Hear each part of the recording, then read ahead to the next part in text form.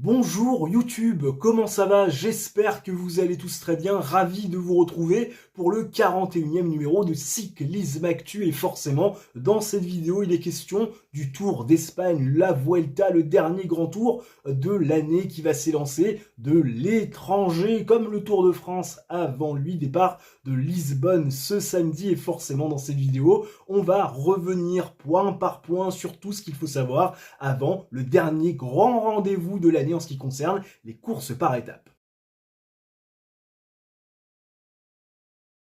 Avant de rentrer dans le vif du sujet et de s'intéresser à ceux qui vont jouer les différents classements distinctifs, le maillot vert, le maillot blanc à pois bleu et le maillot rouge, on va quand même faire une brève présentation de ce Tour d'Espagne, de cet événement qui va retenir notre attention pendant les 3 prochaines semaines. Alors bien évidemment, vous le savez, ce n'est pas une surprise, un grand tour, c'est 3 semaines de compétition, c'est-à-dire 21 étapes entrecoupées de 2 jours de repos parce qu'on n'est pas des bêtes. Au total, 3265 km à parcourir et plus de 60 000 mètres de dénivelé positif à gravir. Beaucoup plus que sur le dernier Tour de France. Forcément, durant ces 3 semaines de compétition, vous l'imaginez, tous les types de coureurs vont pouvoir trouver chaussures à leurs pieds parce qu'il y aura de quoi faire sur ces 3 semaines de compétition au Portugal et en Espagne avec d'abord 2 contre-la-montre individuels. Il y en aura un pour ouvrir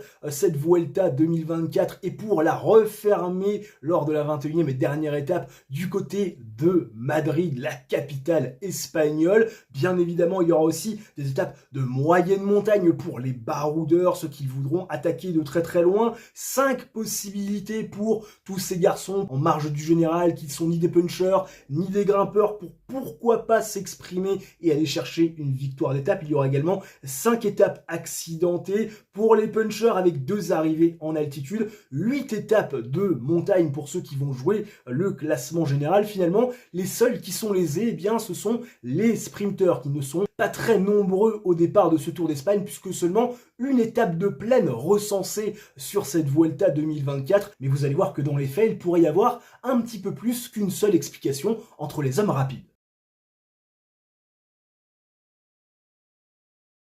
Et d'ailleurs, parlons-en des hommes qui vont vite, très vite, puisque oui, il est question du classement par points, du maillot vert, et quand on pense à ce maillot vert, on pense forcément à des hommes qui vont très vite, qui sont capables de gagner des sprints massifs. On recense seulement une étape de plaine et donc une arrivée propice à un sprint massif durant cette Vuelta 2024. Mais dans les faits, on pourrait éventuellement avoir 4 arrivées pour sprinter parce qu'il y a certaines étapes dites accidentées qui pourraient s'apparenter à un sprint massif puisque de mon point de vue elles ne sont pas assez difficiles pour faire vraiment des écarts. Alors bien évidemment le plateau de sprinter est beaucoup moins attractif que ces dernières années. On se souvient qu'en 2021, Jakobsen était présent. Il avait d'ailleurs remporté ce maillot vert. On se souvient aussi de Pedersen présent en 2022 qui avait raflé la mise, qui avait revêti ce maillot vert en fin de Tour d'Espagne. Et puis, il y avait aussi en 2023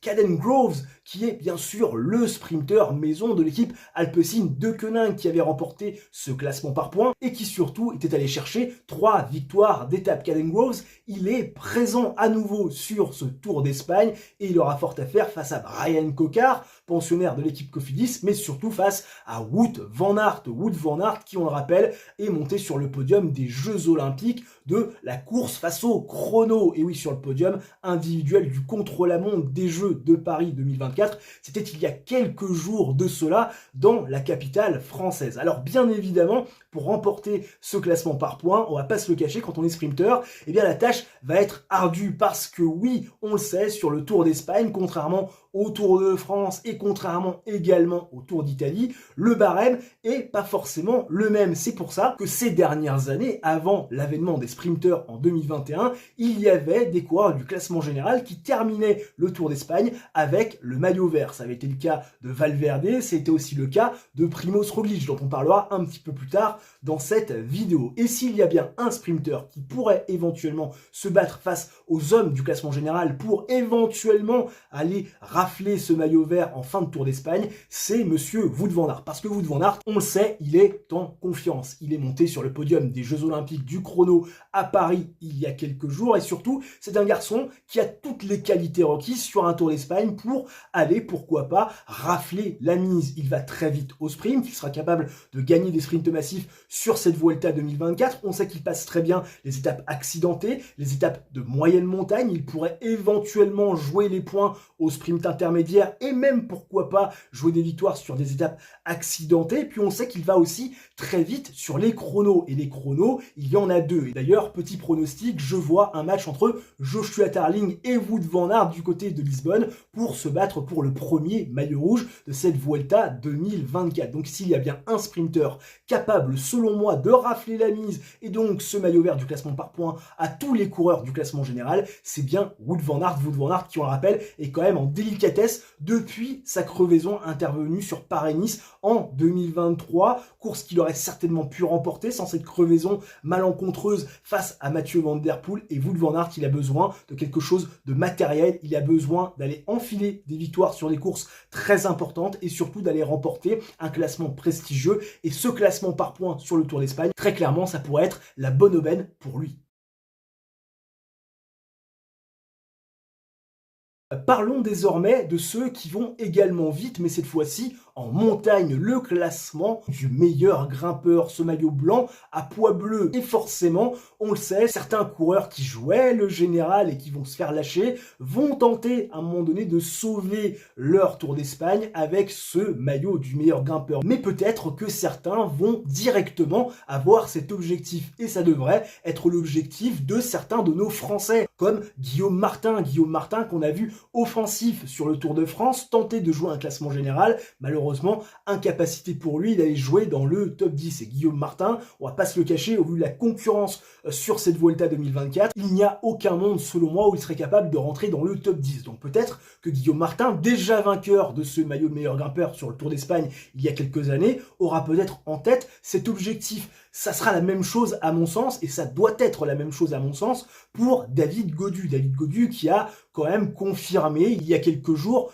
au micro des médias avant ce Tour d'Espagne que sa saison n'était pas bonne. Et David Gaudu, forcément, s'il arrive sur ce Tour d'Espagne, c'est pour sauver son année 2024. Et quand on voit le nombre de très bons coureurs capables de faire un très bon classement général, David Gaudu, tout comme Guillaume Martin, rentrer dans le top 10, ça semble être peine perdue. Donc peut-être que là aussi, ça pourrait être intéressant de jouer directement ce classement du meilleur grimpeur avec éventuellement les victoires d'étape qui vont avec. Parce que quand on joue un maillot de meilleur grimpeur, ça veut dire forcément perdre du temps et derrière aller dans les échappées un peu fleuve entre guillemets sur le Tour d'Espagne qu'on peut retrouver en tout cas beaucoup plus que sur le Tour de France pour aller jouer donc les victoires au bout d'une étape mais également le classement distinctif correspondant bien évidemment à ses qualités. Et puis on pourrait aussi rajouter Valentin Paré-Peintre, pensionnaire également de l'équipe AG2R qui, on le rappelle, a gagné une étape sur le Tour d'Italie. C'était sa première en carrière sur les grands tours et qui, je l'imagine, et vous l'imaginez aisément, aura à cœur sur ce Tour d'Espagne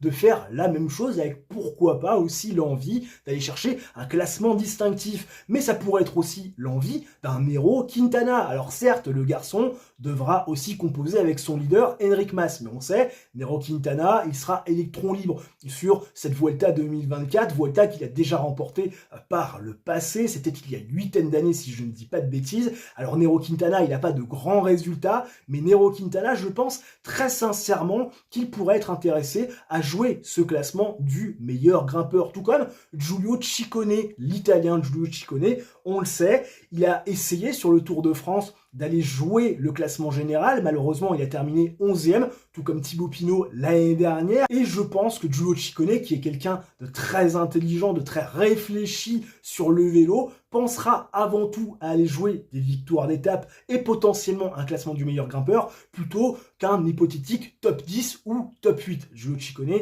je pense qu'il sait quelles sont les priorités. Et puis on pourra aussi retrouver un garçon comme Damiano Caruso. Damiano Caruso, qui on le rappelle, a fait un podium sur le Tour d'Italie, qui est un coureur extrêmement expérimenté. Il n'a pas de leader vraiment désigné au sein de la Bahrain Victorious et peut-être que ça pourrait être aussi l'occasion pour le vétéran italien d'aller jouer un classement distinctif, l'un des derniers qu'il puisse jouer sur les grands tours avant une fin de carrière. Donc il y a forcément pas mal de protagonistes, difficile au moment où on se parle, bien évidemment d'établir un favori parce que vous le savez, ce classement de la montagne, il se joue notamment en troisième semaine et en fonction des péripéties de course et forcément des malheurs de certains, notamment de ceux qui jouent le classement général. Donc il faudra être assez patient pour y voir un petit peu plus clair dans ce classement distinctif des meilleurs grimpeurs. Passons désormais au classement réservé aux jeunes, à ces coureurs de moins de 25 ans. Le maillot blanc qui était allé chercher Remco Evenepoel sur le dernier Tour de France, troisième de la grande boucle derrière Vingegaard et l'intouchable Tadej Pogačar. Remco Evenepoel qui a donc revêti ce maillot blanc de meilleur jeune sur la promenade des Anglais et qui également est allé chercher son étape sur le premier chrono de la grande boucle. Remco Evenepoel, double champion olympique aux Jeux de Paris, le doublé course en ligne chrono. Remco Evenepoel qui n'est pas présent sur les routes du Tour d'Espagne, Remco Evenepoel qui se repose, qui fait du jus et qui va bien sûr préparer la fin de la saison et très certainement le Tour de Lombardie où il retrouvera Tadej Pogačar et Jonas Vingegaard, ses meilleurs amis de la dernière grande boucle. Alors forcément, pas de Remco Evenepoel pour jouer le maillot blanc, ça signifie une course beaucoup plus ouverte. Et à ce petit jeu-là, il y a deux prétendants pour ce maillot blanc de meilleur jeune, Matthias Skelmose, le Danois, et bien évidemment Carlos Rodriguez, l'Espagnol. Alors forcément, ce ne sont pas les noms les plus ronflants, même si Matthias Skelmose, l'ancien champion du Danemark, pensionnaire de l'équipe Lidl Trek, vous le connaissez, il avait remporté le Tour de Suisse l'année dernière. C'est un garçon qui a fait ses preuves sur les courses par étapes d'une semaine, même jusqu'à 10 jours, mais qui n'a pas encore réussi véritablement à se révéler sur les grands tours, ces courses de 3 semaines tellement usante, tellement éreintante. Et puis, Carlos Rodriguez, on le sait, il a terminé dans le top 5 du Tour de France l'année dernière, beaucoup moins à son aise sur la grande boucle cette année. Forcément, il fait partie des revanchards, de ceux qui veulent se rattraper d'un Tour de France raté. Et j'imagine que Carlos Rodriguez fera partie, tout comme Matthias Skelmose, des garçons pouvant jouer ce maillot blanc de meilleur jeune et pourquoi pas également une position entre 8 et 5 sur ce Tour d'Espagne 2024. Alors certains pourraient également rajouter dans l'équation Shane Uijtdebroeks qui, on le rappelle, l'an dernier sur le Tour d'Espagne avait réalisé un top 8. Mais on le sait, il a changé de crèmerie, le jeune Belge, désormais pensionnaire de l'équipe Visma Lease the Bike, et forcément il aura un rôle de grégario pour Primoz Roglic qui voudra aller chercher pour la 4e fois une victoire finale sur cette Vuelta des Espagna. Donc difficile de voir Shane Uijtdebroeks capable d'établir un travail colossal pour Primoz Roglic et dans le même temps ensuite jouer sa carte personnelle pour faire un bon classement général. C'est pour ça que je l'enlève de cette équation et que de mon point de vue, ce maillot blanc de meilleur jeune, donc des coureurs de moins de 25 ans, se jouera entre Skelmose, le Danois, et l'Espagnol Carlos Rodriguez. Passons désormais aux protagonistes pour le maillot Rora, le maillot rouge qui récompensera en fin de Tour d'Espagne et à Madrid le vainqueur de cette Vuelta 2024. Et comment commencer l'évaluation des forces en présence pour ce classement général de la Vuelta, sans parler en premier lieu du tenant du titre. J'ai nommé Sepp Kuss, l'Américain qui l'an dernier, avec la complaisance bien sûr de Roglic et de Vingegaard, était allé chercher son premier grand tour en carrière. Alors bien évidemment, le Sepp Kuss de cette année n'a pas les mêmes références que le Sepp Kuss de l'année dernière. En délicatesse depuis le début de la saison, l'Américain, il y a eu quelques petites maladies, quelques petits pépins physiques qui l'embêtent. Mais attention, l'ami Sepp Kuss, il est plutôt en forme ces derniers jours puisqu'il a remporté la dernière course préparatoire à ce Tour d'Espagne 2024, j'ai nommé le Tour de Burgos, avec en plus une victoire d'étape en prime, donc forcément le plein de confiance avant de défendre sa couronne acquise l'année passée. Alors je ne vais pas faire de faux suspense autour de Sepp Kuss, je ne le vois pas jouer la victoire finale, même le podium ou même encore le top 5. Pour moi, il sera trop juste Sepkus, d'abord parce qu'il est moins en forme que l'année dernière et parce qu'il est beaucoup moins bien accompagné également qu'en 2023. Souvenez-vous, il y avait quand même des équipiers de luxe en la personne de Vingegaard et de Roglic qui ont été très complaisants à son égard pour, on le rappelle, lui permettre de remporter la Vuelta. Donc Sepkus, il va jouer à mon sens le classement général parce que c'est le leader désigné de la Visma Lease Bike, il aura à cœur de se défendre et défendre son titre acquis l'année passée, mais à mon sens, Sepkus, ça va jouer éventuellement un top 10, peut-être un top 8, mais ça n'ira pas beaucoup plus haut. En ce qui concerne les favoris 2 étoiles, je les ai déjà cités lors de la rubrique précédente, puisqu'à mon sens, Mathias Kelmose et Carlos Rodriguez font partie de ces favoris 2 étoiles, pouvant jouer entre la 8e et la 5e place, même si on le sait, Mathias Kelmose manque de références sur les grands tours et sur les courses de 3 semaines, et même si Carlos Rodriguez n'a pas forcément été très rassurant, notamment lors du dernier Tour de France. Passons désormais aux favoris 3 étoiles, à ceux qui pourraient jouer le top 5, voire plus si affinité. Et dans cette rubrique des favoris 3 étoiles, il y a un nom que je vais citer, c'est celui d'Enric Mas, pensionnaire de l'équipe Movistar, l'Espagnol qui a vécu un Tour de France assez délicat, loin, très très loin de ses attentes. Pour différentes raisons, il n'a jamais réussi à jouer les premiers rôles. Et forcément, Enric Mas, tout comme Primož Roglic qui a abandonné lors de la dernière grande boucle, dont on parlera un petit peu plus tard dans cette vidéo, il veut sa revanche, il veut exister sur ce dernier grand tour de l'année qui pourrait éventuellement sauver sa saison. Alors on le sait, Enric Mas, il n'a pas l'équipe autour de lui, en tout cas pas une équipe aussi imposante que la Red Bull Bora-Hansgrohe ou bien évidemment que l'équipe UAE dont on parlera un petit peu plus tard. Mais l'ami Enric Mas, il a quand même certaines références depuis le début de la saison,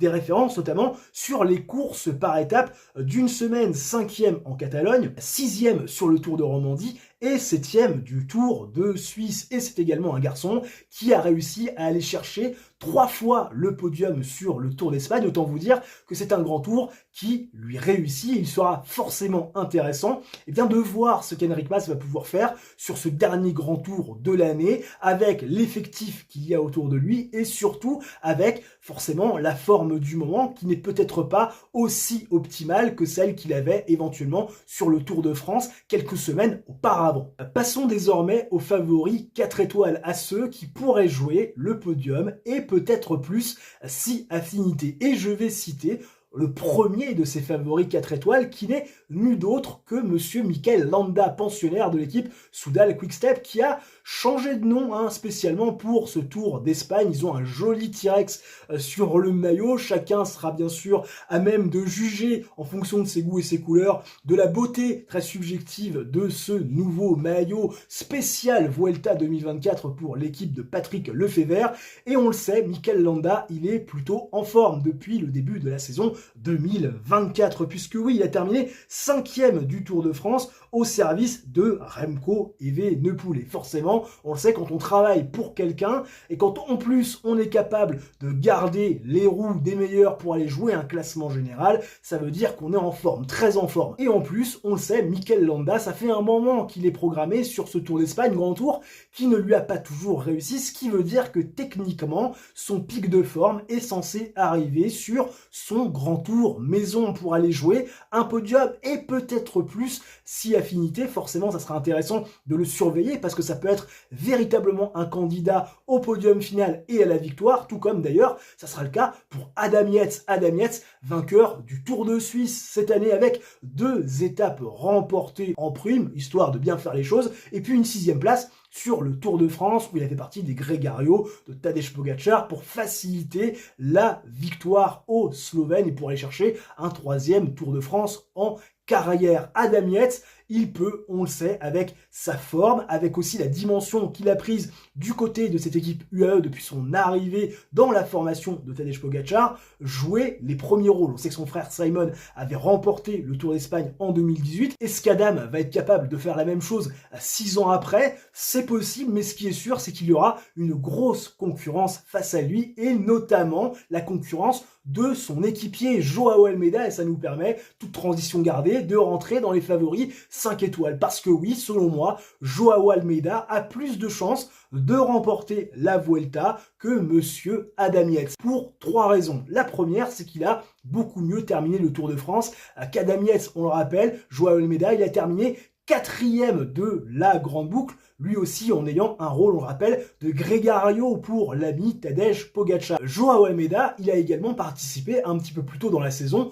au Tour de Suisse, l'une des 2 courses préparatoires à la Grande Boucle. Et sur ce Tour de Suisse, c'est nul d'autre qu'Adam Yates qui avait raflé la mise, qui était, on le rappelle, le leader désigné de la formation Emireti. Joao Almeida, qui termine 2e de cette course par étape de 10 jours, aurait pu, à un moment donné, jouer sa carte et pourquoi pas, au nez et à la barbe de l'ami Adam Yates, aller chercher ce Tour de Suisse. Après tout, c'est une course par étape World Tour et ça reste prestigieux dans un CV. Et pourtant, il avait respecté le souhait de l'équipe Emireti et donc joué la carte Adam Yates. Et j'imagine qu'on va retrouver un échange de bons procédés, même si vous allez me dire qu'un leadership sur le Tour de Suisse comparé à un leadership sur le Tour d'Espagne, ça n'a absolument rien à voir. Le prestige n'est absolument pas le même. Mais à mon sens, c'est la deuxième raison qui va pousser l'équipe UAE à placer Joao Almeida, leader de cette équipe Emireti sur cette Vuelta 2024, et donc de cantonner Adam Yates à un rôle de grégario et donc d'équipier de luxe du Portugais. Et la troisième raison qui me fait penser, parce que oui, il en faut quand même une troisième, comme on dit, jamais 203, à voir Joao Almeida leader de l'équipe Emireti plutôt que l'ami Adam Yates, c'est le nombre de kilomètres en contre-la-montre. 36,6 au total entre la première étape et la 21e. Et autant vous dire que quand on connaît les talents de rouleur de Joao Almeida comparés à ceux d'Adam Yates, ça pourrait être non négligeable en vue de jouer la victoire sur ce Tour d'Espagne face à un Primož Roglič très à l'aise dans l'exercice qui sera le deuxième favori 5 étoiles de cette Vuelta 2024. Primož Roglič à nouveau malheureux sur le Tour de France. Et oui, une énième fois, lui qui était monté sur le podium en 2020, deuxième malheureux, derrière Tadej Pogačar qu'il avait un peu trop pris sous son aile et qu'il avait peut-être un peu trop sous-estimé. Primož Roglič, après ce nouveau revers sur la Grande Boucle, veut prendre sa revanche. Et quand on y réfléchit bien, à chaque fois que Primož Roglič allait sur la Volta, c'était pour prendre sa revanche sur une contre-performance en 2019 quand il gagne sa première Vuelta. C'était pour prendre sa revanche sur un Tour d'Italie où il avait terminé seulement 3e et où Richard Carapaz l'avait emporté. En 2020 quand il remporte son deuxième Tour d'Espagne, c'est pour prendre sa revanche